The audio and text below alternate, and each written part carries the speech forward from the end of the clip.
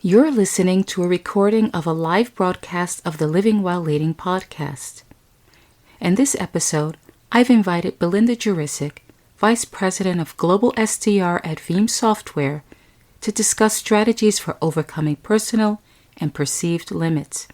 Discover how this female executive managed to push past her biggest doubts, the sacrifices she made on her way to the top of the IT industry, and instances where she exceeded her own expectations and broke barriers in a male-dominated field.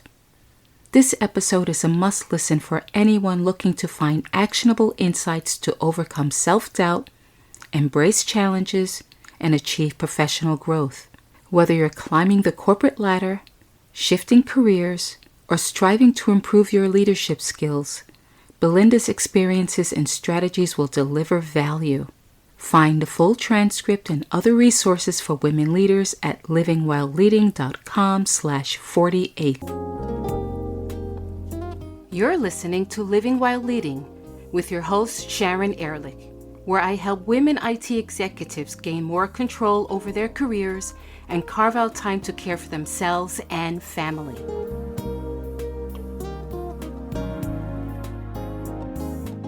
Welcome, everybody, to the Living While Leading Executive Corner. My name is Sharon Ehrlich, and I am an executive coach, and I work with women in IT to empower them to live and work with purpose and intention. This is a show where I invite top executives and thought leaders to discuss with me a topic that has to do with leadership or the advancement of the careers of women. And today I'm so lucky to have with me Belinda Jurisic, who is dialing in from Singapore. Belinda, why don't you introduce yourself to our guests? Thank you, Sharon. So as you said, Belinda Jurisic, and I work for Veeam Software. I head up SDR function, sales development representative function globally for Veeam. And I've been with Veeam for about 7 years now. So a nice long stint with numerous roles. So first off, thank you for dialing in so late, because I know it's bedtime where you are now. So I certainly appreciate the sacrifice on your side. I would really encourage you to listen to the end, because Belle is going to reveal some personal sacrifices that she had to make to get to where she is today and how you can learn from her experience. I've put together a couple of questions just to get us started, but let's just see where the conversation goes. First off, Belle, I'd like to ask you about your journey to becoming a global sales leader at your organization. Where did it start and how did you get here? I started my career just over 30 years ago. I think I was 20 when I first got my first role, which was actually working for an IT company, but as a traineeship. And I worked my way through. My first leadership position was probably about 8 years later. And I spent 12 years, probably the part of my career where I learned the most for the foundation of where I've gone is with HP for about 12 years. But my roles have always been in channel. HP, then went to Citrix and Veeam, and always in Australia and always in channel. And then a role became available here in Singapore, looking after the channel for APJ for Veeam. After discussions with the family, decided to apply for the role and was successful and moved to Singapore 5 years ago. And then was getting to that point where I wasn't feeling challenged enough and I wasn't feeling like I was learning anymore. I spoke to my mentor about what my next step could be, and he really strongly encouraged me to go and have a chat to one of our executives about like what's next, what else is coming, what would I potentially be suitable for before jumping to anything else, have that conversation. The timing was amazing. It was for 2024 planning. It was back in October last year or September last year. And just so happened that we were creating a new function globally. And he said, there are particular things about you from your experience in channel and what I've seen that I think would be ideal for this global position. So I took that on 6 months ago. He did say to me, it is long hours, lots of flying and all of those sorts of things. But it was a really amazing challenge to take on. Well, you mentioned something interesting, and you said you weren't being challenged, and you spoke to your mentor, and your mentor encouraged you to speak to your boss. Was there any hesitation from your side about having that discussion? The hesitation was probably more that in myself, I was thinking, do I really have the right to say, I'm not learning anymore? Is there something else for me? I didn't want it to come across as like a give me something else or I'll leave. Like I was very concerned that it sounded like an ultimatum. So I was actually kind of thinking, okay, let's just listen. And if I don't hear anything that sounds appropriate, then maybe I should be looking, what else I could be doing. And it was my mentor who said, no, you need to set a meeting while you are so I was in the US at the time for this global meeting to talk about next year's plans. He said, set a meeting. It was my boss's boss, actually. I set the meeting and I said, hey, I've been here the last few days. I've heard about what's going on and some of the things that are coming, and it's really exciting. And this is where I want to be. I want to be in Veeam, but I also want to continue my learning journey. Do you think there's anything else? And it's okay if there's not. That's up to me then to decide what I do next. And he straight away just jumped in and said, yep, fantastic. I've been trying to work out who would be the right person for this role. Like it was one of those moments. Well, you touched on something that I think is quite interesting. You said you didn't know if you had the right. And that ties into one of the question I wanted to ask you next about doubts. What were some of the biggest doubts you faced in your career journey, and how did you manage to overcome them? I think the doubts probably stem from, because my career has always been channel, I had this idea in my mind for a very long time that I was very pigeonholed and that there weren't skills necessarily interchangeable for me to go and do other things. And it actually took another mentor a number of years ago. So I approached a CEO of a very large organization and said, I've got one mentor, but I think that there are some things that I'd like to learn from you. Could you mentor me for a while? And I remember having a conversation with him about my boss's job. And he said, well, why aren't you aspiring to that? And I said, well, my experience is all channel. I haven't led just a pure sales organization. I've led inside sales, but I haven't led. And he's like, what are you talking about? Do you understand that the skills that you have and that you've perfected in channel, how interchangeable they are? And then he started listing them all. And it was a real moment for me to go, I'm selling myself short. And it's something that you hear as well. Like you actually being in channel, I don't know if it happens in other areas of IT, but you hear a lot of, oh, you've just got channel experience. That's all you can, that's your path. That's it. That was a really good moment to have someone sort of remind me what those skills were that I have that actually can go and do anything, really. The word that got me in what you were just explaining is that you just have channel skills. I worked in the channel years ago when I started my career in IT for IBM. And I know that just and channel don't go in the same sentence. Oh, I know. It's so complex and it's such a challenging business to work in. I just think it's amazing how someone as switched on as you, and I know you, and I know how amazing you are, that you would diminish the impact of all of the skills that you've accumulated over the course of the years. And I was not diminishing it in my ability to look for roles or to strengthen what I was doing in channel. So during my 5 years here, 4 of them in my previous role, I actually asked for other things. So I started just looking after one part of the channel business for APJ. And then over time, I said, can I have this? Can I have that? I think these things all work together and I want to expand the portfolio of what I manage. So I knew within channel I could broaden it, but I hadn't done that real linear, I'm going to go here. That was a really great moment to have those 2 different mentors at different times kind of give me that sort of little nudge. I will add something. As you know, I am a coach and I work with women in top executive roles. And one of the conversations that comes up very often is about the skills and the knowledge that was acquired in a certain domain and how that can actually be so valuable in a completely different space. But sometimes folks needed a thinking partner to help them think that through. There's not a single skill that you have that you couldn't use in a non-for-profit, for example, or a completely different industry for that matter. We talked about your expectations of yourself, but let's talk about other people's expectations of you. Can you give me an example of a time when you surpassed someone's expectations in your professional life? And what impact did that have on your career trajectory? There's one which I feel like if I really go depth into the 30 years, I'll find many of them. But I think the most pivotal one for me was moving here to Singapore. When I did interview for the role, I know that the person who I'd be working for, the person who interviewed, really thought, she's Channel, she's Australia. He had also pigeonholed me, potentially not having the ability to move into Asia Pacific and to be able to actually step in and understand the different countries and the needs, etc. And when I interviewed with him, he didn't let it known then, but down the track actually said to me that he finished that interview and called his boss straight away and said, she's it. Like, I didn't necessarily want her to be it because I thought, no, I don't want an Australian with just this view of just Australia.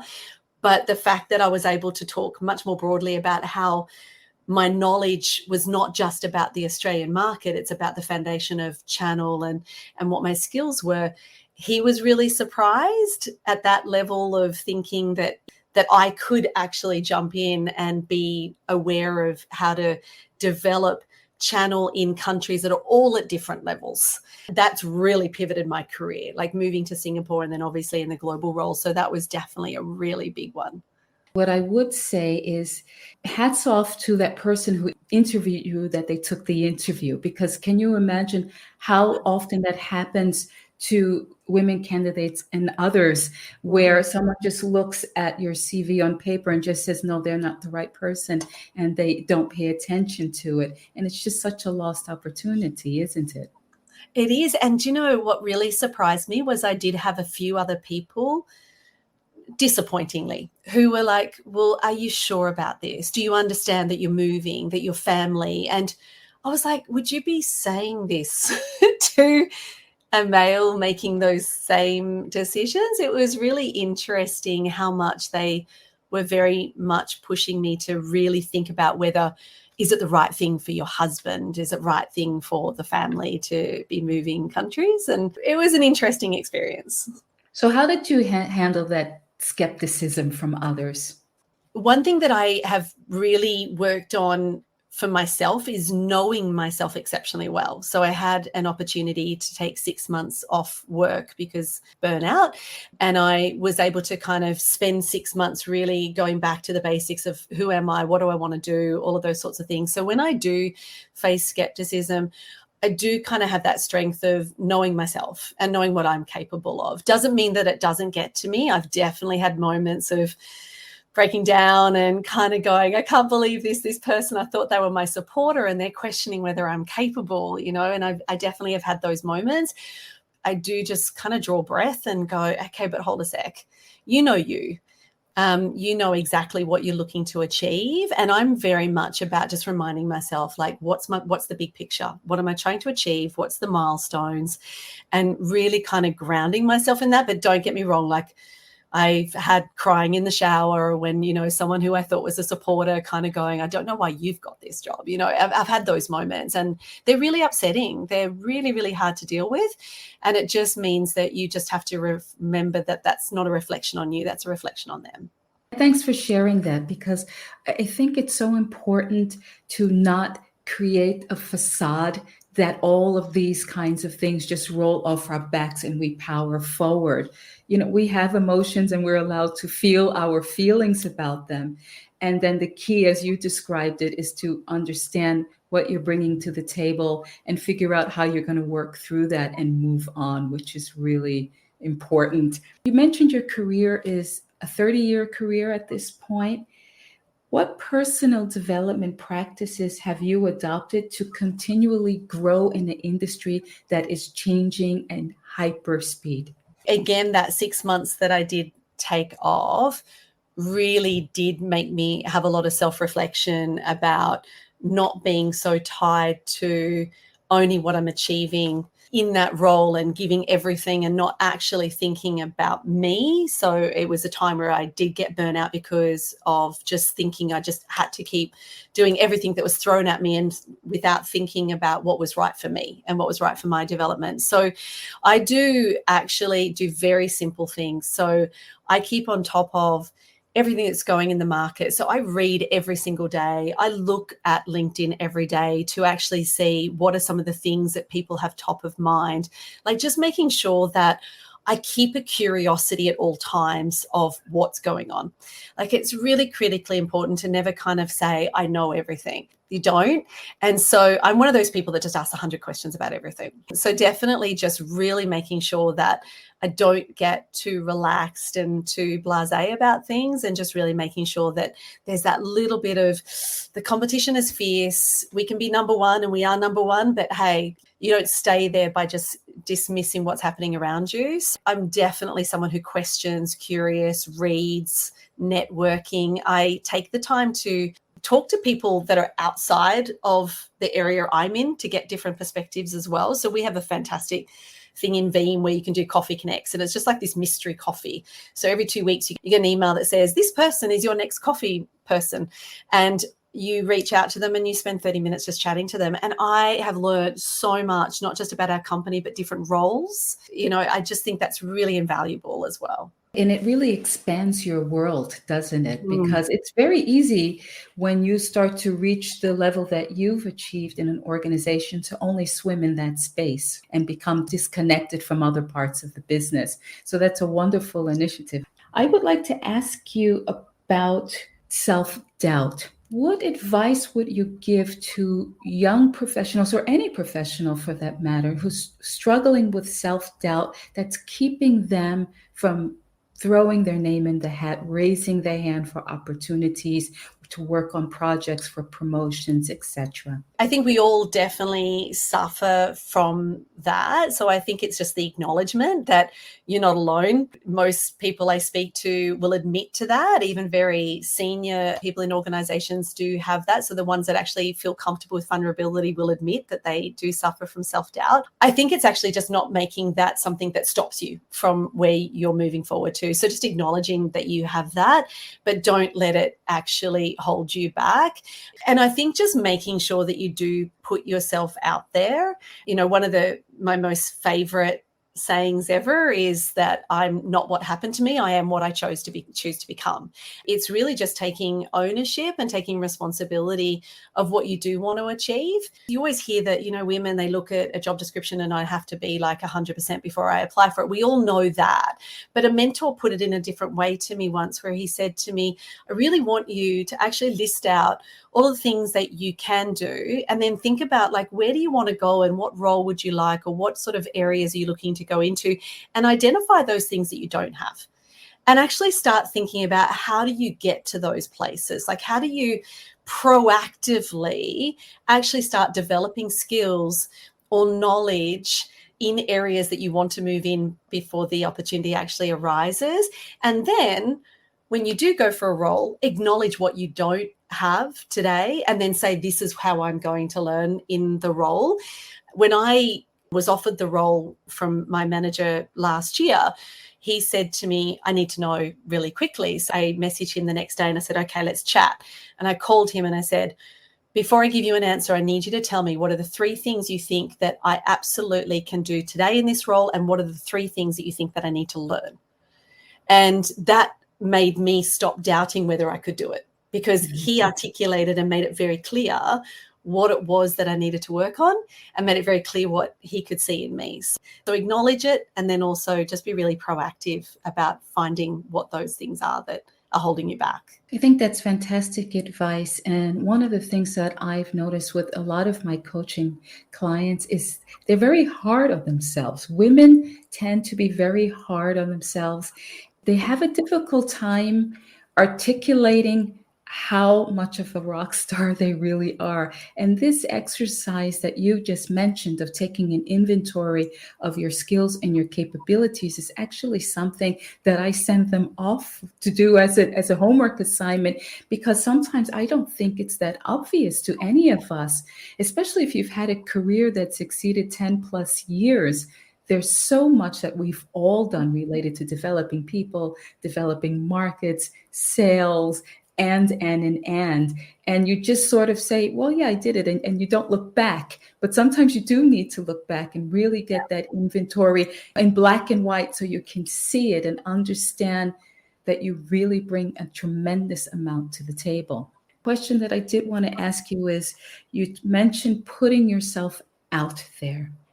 Can you give our listeners some ideas on how to put yourself out there, whether that means doing it in the physical space, because now we're all allowed to meet, or online, or any other guidance you might be able to give our listeners? It is actually being a little brave, asking for help or asking for an opportunity to have a discussion. I think it is about taking complete control. Like, every mentor I've had hasn't been someone who's come to me and said, "Can I be your mentor?"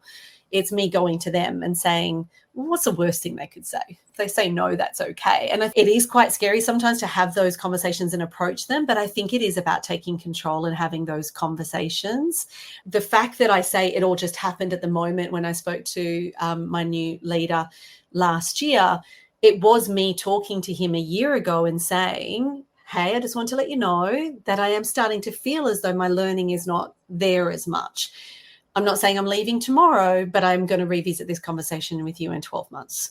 Just making sure that you don't just come one day and say, this is where I'm at, but actually having some of those really active conversations. And also, I say to people all the time, like this whole coffee connect we have, when I'm mentoring people, I go, this person would be so good for you to connect with. Send them a message and say, hey, can we have a coffee connect?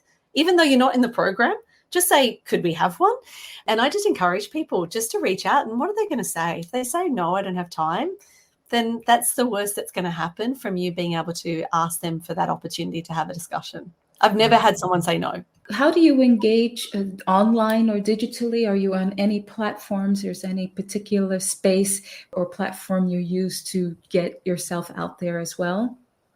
Generally, for me, it is more LinkedIn, and I do a lot of personal messages. So if I see someone's doing something, there's actually someone here in Singapore who I've followed her career for quite a long time, and she was also very much a strong person within the channel. And then she took a role that was very outside of that and had taken that step last year. And I was watching with interest, and I had sent her congratulations and all those sorts of things. And I was really watching it because I was like, oh, that's kind of what I want to do. And so when I got this role, I actually reached out and sent a note and said, I've been following you. And I just want to say, like, you inspired me. I read your story and it made me do this. So I think it's also about reaching out to those people and who you do see and that you read about their careers. And like I said, any opportunity I have to read about someone that I kind of go, oh, they're doing something interesting, I will delve into it and try to understand that and happily reach out on LinkedIn as a personal message. That one you don't always get a response on. Networking is something that I love, to be honest. That's something that I really, really enjoy. I also got over myself when it comes to reaching out to people. As a matter of fact, I did it today. I listened to a podcast, and the guest on the podcast I thought was really impactful in the messaging that they were driving forward. It was about B2B marketing, and I thought it was very exciting. And I wrote to that person telling them, I heard you on a podcast and I thought what you said was great. Now, do I expect that that person and I are going to be best buddies? Probably not. But on the other hand, that may be somebody that enters my sphere of being a contact, where I get to see what's going on more actively in my feed. They might get to see what's happening in what I'm posting. So I've gotten over my hesitation about doing it. And you're right. You don't get a response 100% of the time, but I can tell you, most of the time I get responses when I contact people. So I think folks should not be afraid to reach out online, not in a salesy way. I think you have to be very authentic about what your message is, not trying to impose whatever your services or solutions are on them, because people certainly don't appreciate that kind of behavior. I wanted to ask you a question that's a little bit personal. In your rise to the top, what personal sacrifices have you had to make? And looking back, is there anything that you would have done differently? Definitely. And some of the sacrifices I've made, probably the later half of my career, the sacrifices have been more a joint decision with my husband, and it's something that's affected both of us. Early in my career, when I was at HP and I was there for 12 years, I did get burnout. I did work too hard. I took on too much. I definitely kind of just did that. I can do everything, didn't say no to anything. did at one stage go to my leader and say, I can't, I need some time off. And it was like, no, can't give it to you. And I made the decision to just resign and leave. The only thing that I would say, the sacrifice that I made during that period, when I look back on it, some of the things around, I've got 3 stepchildren who were in my life at that time. I put work over when they were around. If work was too much and I was flying to another city and then it was kids' weekend and I just couldn't handle it, I just couldn't take on anything else, I would stay away. And that's when I eventually realized this is not living. If you can't even go home and be part of home life because you can't handle the pressure of anyone else needing something from you, that's not a good place to be in. That was a really difficult realization that I probably let that go on too long. And thankfully, they're awesome humans and they're amazing adults and I have great relationships with them. So it hasn't killed that at all. But I do regret kind of putting my professional life too much ahead of everything to 7 days a week. Like, it was just absolutely ridiculous. I would definitely not do that again. I wouldn't get to that burnout point. I wish I had asked for a mentor. I wish I'd asked people what I could do differently. And, you know, even when I did resign, my boss's boss at the time contacted me. He goes, "What are you doing?" And I said, "I'm burnt out. I can't do this anymore." I was at the doctors all the time. I had like all these different illnesses. Like, it was just really not in a good place. And he said to me, "Why didn't you ask for time off?" And I said, "I did, but I didn't get given this." And he's like, "Well, I'll give it to you now." And I said, "I can't. Like, I just have to go now. Like, it's in my mind." And so that's probably something that I wish there I had done things a little bit differently and had asked for help a lot earlier. And not just I asked help from my leader, but she didn't understand it. And she just dismissed it. And then when I resigned, she said, "Oh, I need to replace you with 2 people. It's too big a job." And she did. I don't have regrets. It's just I would have done that differently. Whereas this time, it was a full discussion about moving to Singapore, how we would do it, how it would impact the family. All of those sorts of things was just so much better. Thank you for that answer and for your vulnerability. That's quite a personal story, and I really appreciate what you had to say there. Well, we've come to the end of our time together. Belle, thank you so much.